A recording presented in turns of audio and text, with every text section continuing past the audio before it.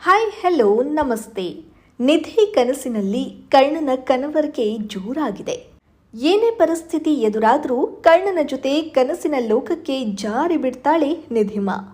ಕರ್ಣ ಅಡುಗೆ ಮಾಡೋ ಸ್ಟೈಲ್ಗೆ ಫಿದಾ ಆಗಿದ್ದ ಡಾಕ್ಟ್ರಮ್ಮ ತನ್ನನ್ನ ಮುದ್ದು ಮಾಡ್ತಾ ಊಟ ಮಾಡಿಸ್ತಿದ್ರೆ ಹೆಂಗಿರುತ್ತೆ ಅಂತ ಕನಸು ಕಾಣೋಕೆ ಶುರು ಮಾಡಿದ್ರು ನೋಡಿ. ಥೇಟ್ ಹಾಲು ಜೇನು ಸಿನಿಮಾದಂತಿತ್ತು ಆ ಸೀನ್. ವೀಕ್ಷಕರು ಈ ಸೀನನ್ನ ನೋಡಿ ಸಖತ್ ಎಂಜಾಯ್ ಮಾಡಿದ್ದಾರೆ.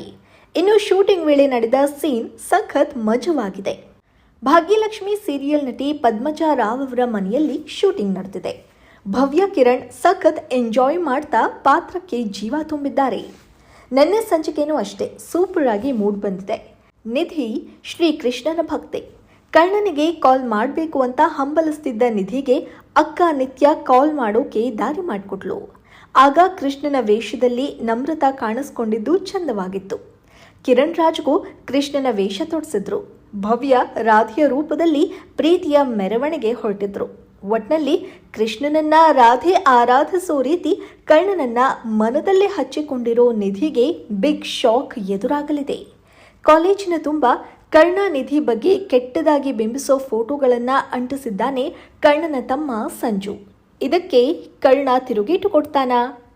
ಹೀಗಾಗಿ ಕರ್ಣ ಸೀರಿಯಲ್ ಮುಂದಿನ ಎಪಿಸೋಡ್ ನೋಡಲು ವೀಕ್ಷಕರಲ್ಲಿ ಕುತೂಹಲ ಹೆಚ್ಚಾಗಿದೆ.